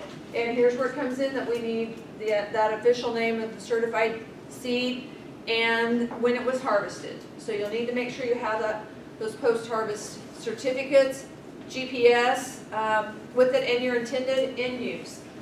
Rod talked a lot about, being contacted by folks that want his seed and other parts of his industrial hemp plant. Those are conversations you need to be having now as a potential grower to find out where your end product is going to be going, and whether that's the plant parts, the grain, the seeds. So think ahead and have those conversations now. Reports are all listed with that, planting reports, and you can voluntarily withdraw from the program as well. You just need to let us know. So for those that are running to plant for 2019, 80 acres is the most that you can plant, and that needs to be 80 acres within one defined section. So that way, that's your base. So anywhere in your section with that, you can have your 80 acres. And again, that helps us be able to find it on the regulatory part. But again, our advisory board set that 80 acres to also help protect ourselves from the potential or from a failure of a crop. And so that way, we just wanted to make sure that we were doing the best for Kansans right now in a brand new adventure, to make sure that we were headed in the right direction. And growing season 2020 will be 320 acres. So 80 acres the first year, 320 for the second, and you'll put down, yes sir? Does that have to be like in one location, or can that be on split properties? It can be split, but it has to be in that same section. So that, like I say, you can have one in your southwest corner, one in your northeast corner, but somewhere in between, but it does need to be within that same section of ground for you as a licensee. No, I mean more like, I've got 3 properties at 40 acres each. So you would need, Scott, 3 licenses. Scott Marsh is with Plant Protection, and he's been on the writing end of it, so I'm going to defer on this one. You, if you want to plant more than 80 acres, or you want to plant in more than one section at a time, you have to get multiple licenses. So if you want to plant 2 sections, it's 2 licenses. But like she said, the 80 acres can be spread out through one section and all be on one license. But if it goes outside that section, with that, That's in the same lot. what do you mean same plot? Well, like I own this 40 acres here, but I own 320 here. I've got another 40 over here. To do 2 40s, I have to buy 2 licenses. If they're in different sections. Section how?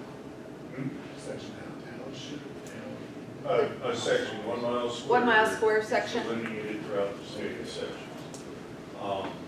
So, yeah, if the 40s are in different parts of the same section with houses in between, you can do that on one license. But as soon as they cross into another section, it's a new license. And so you can do it in just a different license, and that's just so we can find yourself without wandering around the Got it. I want to make sure I respect your time, so this is all important, and we'll all be up there, but I'm just going to kind of quickly go through these things. There are going to be reports due, those are listed, their dates are listed with it. It's hard to see, but it will be up there. This is just the draft of the grower application, and it talks about the deadlines, the fee, the application with it, and it will need to be mailed in this year, being that when you apply, you have a $200 application fee, and right now we're set up for checks only with that. And then your research proposal talks about your records check, prohibited activities with it. Growing or storing industrial hemp is not allowed in or within 50 feet of a structure that is used for residential purposes. In any outdoor research area or site that's located within a quarter mile of a public or private K-12 school, public recreation area, except for the discretion of the secretary. The property on which is not owned or completely owned by a license holder, and the property owned or leased by any person that's not eligible, and it cannot be interplanted with other crops. So those are just some of the highlights. With that, again, the application goes through some of the deadlines with it, the reports, the directions to fill it out. And here's the meat of it as far as the information. With it, we ask about who's involved with it, what type of transportation you may be using, pickups, trucks, etc., those license plates with it. If you work for KDA or have an employee there, that's on conflict of interest, which we need to report that to Topeka anyway. And then it starts with all of the acknowledgement with it. And again, like I say, it's really important that you read through and this talks about, it's hard to see, and apologize with it, but it talks about the research area, or the symbols in between, but that section is your mile square, so you can have your different plots within, and then it tells how to describe them by GPS coordinate with it. Again, your location pieces with it, if you're going to be using a greenhouse or not, felonies, like I say, more acknowledgements with it, and then your attachments. You'll have your fee, a copy of your driver's license, your maps, and then your research proposal with that, and your signature. And again, due by March 1. So you've submitted everything, now what? It's up to the advisory board to review those, and they are going to be reviewed blindly. So that way everybody's on the same playing field with it. KDA will be responsible for going through some of the first check boxes to make sure that you've met the requirements, you've filled out things along the way. And then at the very part that the advisory board gets, talks about the research proposal. And this is really set off of that document, that SARE organization document. And they have a rating scale of 0 to 3 to look at. And it talks about, do you have a clearly defined research plan? Do you have a hypothesis? Do you have an intended end use? What are your modes to implement your plans for observation and record keeping? And so those are things that it just really follows that document, so you know what's expected to submit, and then you also know what we'll be looking at when they look at those and decide on when they're scoring. And again, there's a couple pages of that, but it really follows through, and that will be public knowledge. So that will be posted on the website once we're ready to go, so you know exactly what you're being asked to do and how that would be scored. So potential business opportunities. Is there anybody in the room today that's interested in being a distributor or a processor? No hands. So that's something that we really need to think on as a bunch of growers in the room. What are you going to be doing with your end processor? What you're going to be doing. So, as a distributor, you'll have the opportunity to transport it, condition it, handle it, and sell seed. And the seed is certified seed, so you'll need to make sure you're up on Kansas seed laws, and Kansas Crop Improvement Association will be responsible on that certification with it. There are types of processors. So as a grower, you need to talk with those that would be buying your product. Are you going to be buying it on, on the fiber piece of it? What are their wants and what their needs are? I've learned from attending a number of these sessions, some folks want tall plants, some folks want short plants. So you need to, work with the buyer of your product to find out what their needs are. And on grain, again, you need to make sure that if you're going on the seed side, that you work with Kansas Crop Improvement on that certified seed. And on the floral piece, with the CBD products, Again, that's a female plant that they use for that, and again, who will be buying your product? What are the intended uses for your product? If those of you in the room would like to start a new business, Abby Works of our Ag Biz Development team has come up with a licensing guide if you need to start a new business. And I need to reflect back just for a second on all of our applications. You would be, as a licensee, as an individual. Businesses cannot submit for a license. It is listed with an individual, and individuals under it. But then once the product has been deemed industrial hemp, and you want to go to the next pieces down the line and the end products, there's business opportunities at that level. With that, I've stayed under time, Donn, so our guest can ask a few questions. Again, my information is up, and Abby Works information is there. And then Plant Protection has an industrial hemp specific email address that Scott and Jeff Vogel, the program manager, both have access to and can get back with you on that. So with that, I can answer or think about answering or deferring to others in the room from KDA if you have any questions on the regulatory side. All the licenses are yearly, right? They are annual and will January 30th is when I have to come through, but yeah. You submit in November, every year, they're an annual license.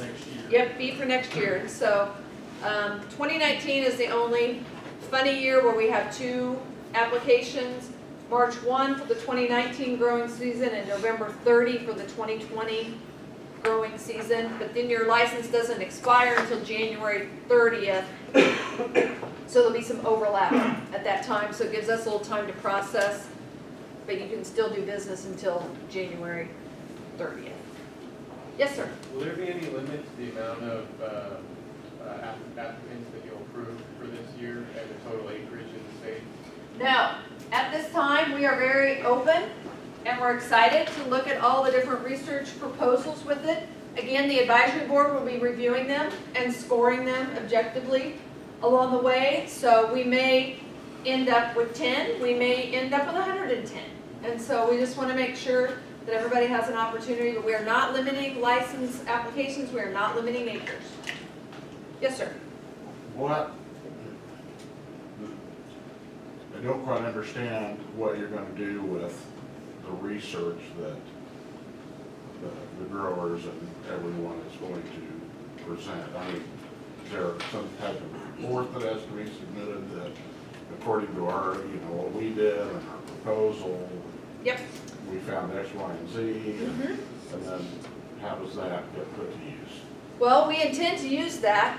Well, one, because the 2014 Farm Bill states that any states that choose to legalize industrial hemp, it must be under a research proposal. So that's been set in the 2014 Farm Bill. And so we are following up on the states and keeping with the research proposal, and we intend to look at it. We want to work with growers. What works, what doesn't? What kind of water does it need? What kind of, where is it grown best? What do we have for economic benefits for the state of Kansas? Because we cannot grow the Kansas economy in the industrial hemp world without knowing something about it collectively, to where we want to share with everybody what we've learned. I mean, as Rod said, there are no secrets. And so what works, what doesn't work?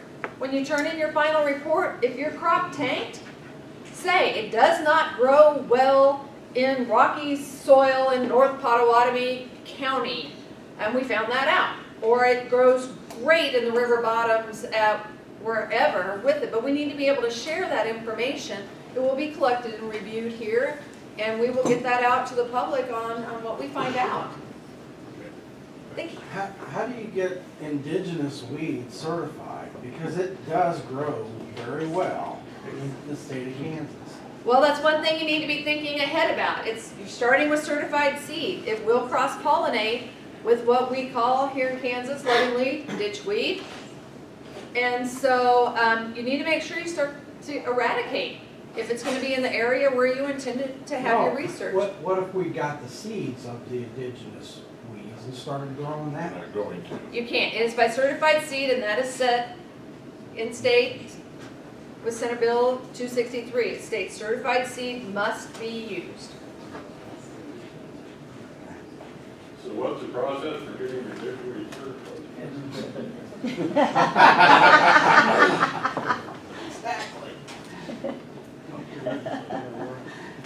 Will there be opportunities to get seed grown in Kansas certified?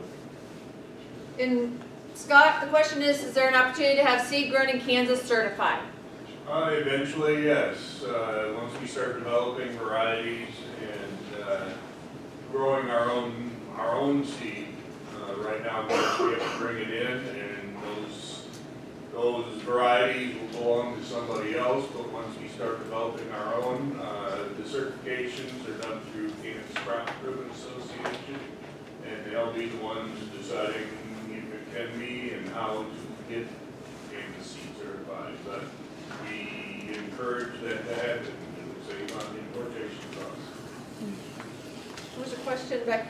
Yes. I was wanting to do this just on like a personal level, not have acres of it. I would love to make my own CBD medicine, so for me to do that, I have to have like $12,000 of application fees. To get through the whole process, you would, to go from grower to distributor to processor. For myself. And it would have to be submitted in a research proposal with 3 proposals, one for each unit that you would be conducting research on. Yes, sir. There are already storefronts selling CBD oil. There's one in Topeka. How did those guys get, I mean, they haven't jumped through any hoops. They just brought oil in and they started selling it. That is not KDA jurisdiction on that. That is a whole nother ballgame. We are here and we're excited about industrial hemp growing in Kansas and working through that. So those are questions that you'll need to ask the business owners of those entities with it. We're excited about industrial hemp. We're excited to have it grown, but once it has been certified and harvested that it's 0.3 THC and is industrial hemp, then you can choose to do other things with it. But like I say, that's where our jurisdiction currently stands, that once it's certified, then it's industrial hemp. Is K-State and Fort Hays State going to have an extensive research program on this? At K-State annual conference last week, they had an entire afternoon devoted to industrial hemp that actually Interim Dean Ernie Minner moderated the session on it. I think there are still discussions with it. I anticipate Kansas State doing some industrial hemp research, whether it be through the agronomy department or through the horticulture department. I don't know yet. I would just as soon have them do a little more of this research and then put all the research on us.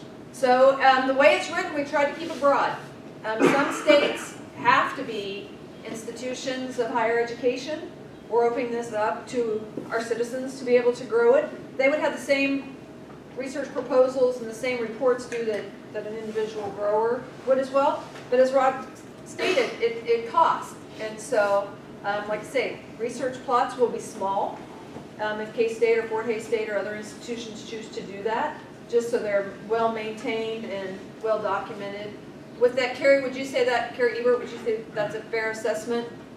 Yes. Carrie is on the advisory board and she's also in the horticulture department at Kansas State and was in on a research meeting last Wednesday with it. Like I say, they're excited, but like I say, it's one of those things that we just don't know yet with that. Yes, sir. What I understand, Go ahead. what I understand is, on these, CBD oils you can purchase. You get one in Aggieville, the pharmacies are already getting it, but they're getting it from a supplier in Kansas City somewhere. But that's when I first, got involved in oil was in Lenexa, a little shopping mall. Very educational, got a lot of material out of there. So how they get it in, but it's coming from Europe. like I say, it's coming in as an approved If you- product yeah, with it's it approved, that is so not that- Department of Ag. that's what I don't understand about all this, why they just as well let Mitch McConnell get his bill through, legalize the whole thing. Willie Nelson was asked, why did you use the weed, I'll put it, and, the other guys use the alcohol. He claims, when you wake up in the morning, you go back to work. And I had an airplane pilot tell me the same thing with his brother, had cancer. And he's used it with his chemotherapy and whatever, and he says, I use it for personal use, and my neighbor, he goes home and relaxes. Got it. We'll have one more question back here in the back, and then I need to be aware of your time, and also, we present slide at 1:30. And so, with that, we'll have some parking lot conversations post, but I'll take your last question back here. Will it be public knowledge who gets approved and where the locations are? Yes, we'll be very transparent. All licensees will be listed, their name and their locations with that. In addition, part of the rules and regs state that you will have a 3-foot by 3-foot sign at the entrance of your research plot with your name, your license number, Department of Ag listed, and our phone number. So that way, anybody that drives by will know that you are a licensee, approved licensee with the Department of Agriculture to grow industrial hemp. With that, yes, I'll take one. For 2020, can you consider personal grow regulations, so I don't have to pay $12,000 in fines, so I can make my own CBD products? Talk to your elected officials. With that, I thank you for your time, and like I say, our information's up there, let us know. We'll get this handout up to the front table, you can grab. With that, Donn, I'll turn it back over to you. Thank you. Rob just pointed out to me in the back while you were talking that Canada doesn't have any registration fees. Kansas does. I hope you found this informative. I think they did a great job. Thank you, Rob. Mary's been taking this, so God willing, and the creek don't rise, and we can figure out the technology, it'll be up on our website as soon as we can have our presentation. Is it possible that these people in this group get involved more or less, at the meeting once in a while? Good. Money involved.